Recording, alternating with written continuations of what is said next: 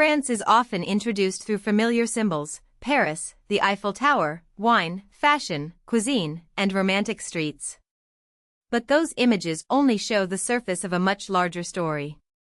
France is not just a beautiful European country. It is a state shaped by geography, monarchy, revolution, empire, war, philosophy, and global ambition. Officially called the French Republic, it has spent centuries influencing politics, culture, law, diplomacy, and ideas about citizenship. To understand France, you have to look beyond postcards and tourism. You have to see how one country became both deeply European and unmistakably global, with a history that helped shape the modern world. Metropolitan France occupies one of the most important positions in Western Europe. It stretches from the Rhine toward the Atlantic Ocean, and from the Mediterranean Sea to the English Channel and the North Sea. This gives it access to northern trade, Atlantic routes, Mediterranean connections, fertile plains, and major European frontiers. It borders Belgium, Luxembourg, Germany, Switzerland, Italy, Monaco, Andorra, and Spain, while facing the United Kingdom across the water. Geography gave France natural advantages, but also constant strategic pressure. Mountains helped protect parts of the country, yet the northeast remained vulnerable to invasion. France's location made it wealthy, contested, and impossible for Europe to ignore. France is also much larger in reach than the European map suggests. The French Republic includes overseas regions and territories in South America, the North Atlantic, the Caribbean, the Indian Ocean, and Oceania. French Guiana, for example, is located in South America, yet it is an integral part of France.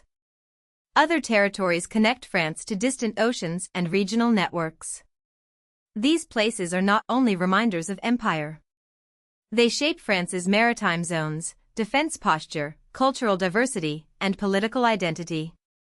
France is often imagined as a hexagon in Europe, but in legal and strategic terms, it is a republic with a worldwide footprint.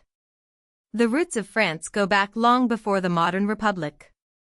During the Iron Age, much of the territory was inhabited by Celtic peoples known as Gauls. In 51 BC, Rome annexed the region, bringing it into the Roman world. This created a Gallo-Roman culture that blended local traditions with Roman roads, cities, administration, law, language, and Christianity. Rome did not simply conquer land, it reorganized daily life and connected the region to a wider imperial system. Even after Roman authority weakened, its influence remained.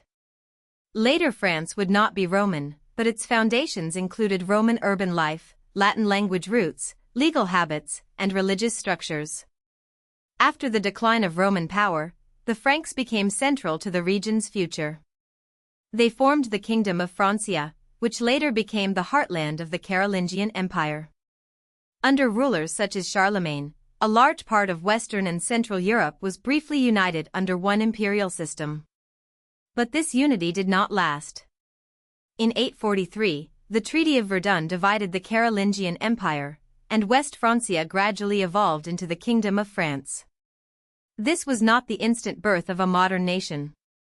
It was a long transition from dynastic territories and regional loyalties toward a more recognizable kingdom with a growing sense of political identity.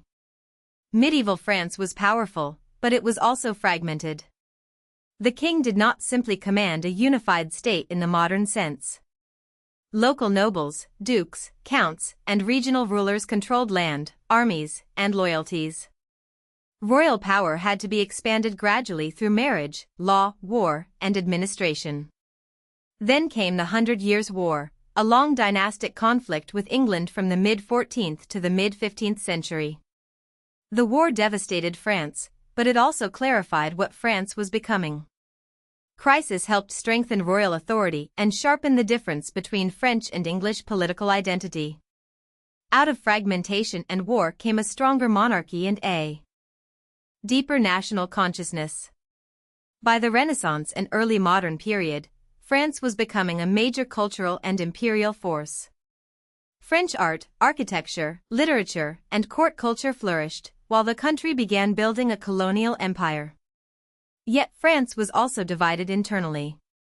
The French wars of religion between Catholics and Huguenots showed how dangerous religious conflict could become when tied to noble rivalry and political power. Externally, France competed with the powerful Habsburg dynasty and expanded its influence through European wars. Under Louis XIV, the Sun King, monarchy reached an image of grandeur and centralization. Versailles was not just a palace, it was a stage for power, hierarchy, and royal control. The French Revolution of 1789 transformed France and set shockwaves across the world. It overthrew the Ancien Regime, the old order built on monarchy, aristocratic privilege, and inherited hierarchy. The Declaration of the Rights of Man and of the Citizen expressed ideals that still define France's national identity: liberty, equality, citizenship, and universal rights. But the revolution was not peaceful or simple. It unleashed political experimentation, violence, radicalism, and war. Still, its ideas proved impossible to contain. It challenged the belief that kings ruled by divine right and that society had to be organized around birth. Modern Republican politics owes a great deal to this rupture. After the revolution came Napoleon Bonaparte, one of the most consequential figures in European history. Under Napoleon, France reached a political and military peak in the early 19th century. French armies dominated much of continental Europe, spreading imperial rule but also revolutionary reforms. The Napoleonic Code influenced legal systems far beyond France, emphasizing clear written law, property rights, and civil authority. Napoleon's empire eventually collapsed, but its consequences endured. It redrew borders, provoked nationalist reactions, and forced Europe to reorganize itself. France then entered a recurring struggle over its own political form. Monarchy, empire, republic, restoration, and revolution all remained possible futures. The 19th century was a cycle of reinvention. France moved through the Bourbon Restoration, the Second Republic, and the Second Empire under Napoleon III. Then, in 1870, defeat in the Franco-Prussian War brought down the empire and led to the French Third Republic. This was a painful turning point because a newly unified Germany emerged as a powerful neighbor. Yet the period that followed also included the Belle Époque, remembered for prosperity, science, art, architecture, and cultural confidence. Paris became a world capital of modern life. But beneath the elegance were tensions: nationalism, colonial ambition, social conflict, and the growing rivalry that would explode in the 20th century. France was one of the major participants in World War I and emerged victorious, but the victory came at staggering human and economic cost. Large areas were devastated, and the memory of sacrifice shaped French politics for decades. In World War II, France again faced Germany, but in 1940 it surrendered and was occupied. Liberation came in 1944, restoring sovereignty but not ending instability. The post-war Fourth Republic struggled with reconstruction, party divisions, and the collapse of empire.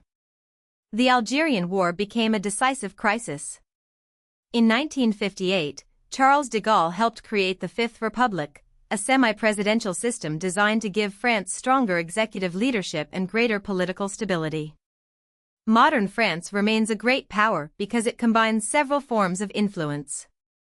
It has one of the world's largest economies, high income levels, advanced industries, and a central role in European and international institutions. It is one of the 5 permanent members of the United Nations Security Council and an official nuclear weapon state. But France's power is not only military or diplomatic. It is also cultural. France is a global center of art, cuisine, fashion, philosophy, science, and tourism. With dozens of UNESCO World Heritage Sites and over 100 million foreign visitors in 2025, it remains the world's leading tourist destination. Its soft power is enormous. The deeper story of France is one of repeated transformation. It began with Gaul, absorbed Roman influence, became Frankish, grew into a medieval kingdom, centralized under monarchy, exploded into revolution, expanded under Napoleon, suffered invasion and occupation, rebuilt itself through republics, and retained global influence through culture, diplomacy, and institutions. Few countries have reinvented themselves so many times while preserving such a strong sense of historical identity. France matters because it is not only a place. It is an idea about civilization, rights, state power, national culture, and global presence. That is why the story behind France is much bigger than Paris, and much deeper than the postcard version. If you found this helpful, please like this video and subscribe for more explainers.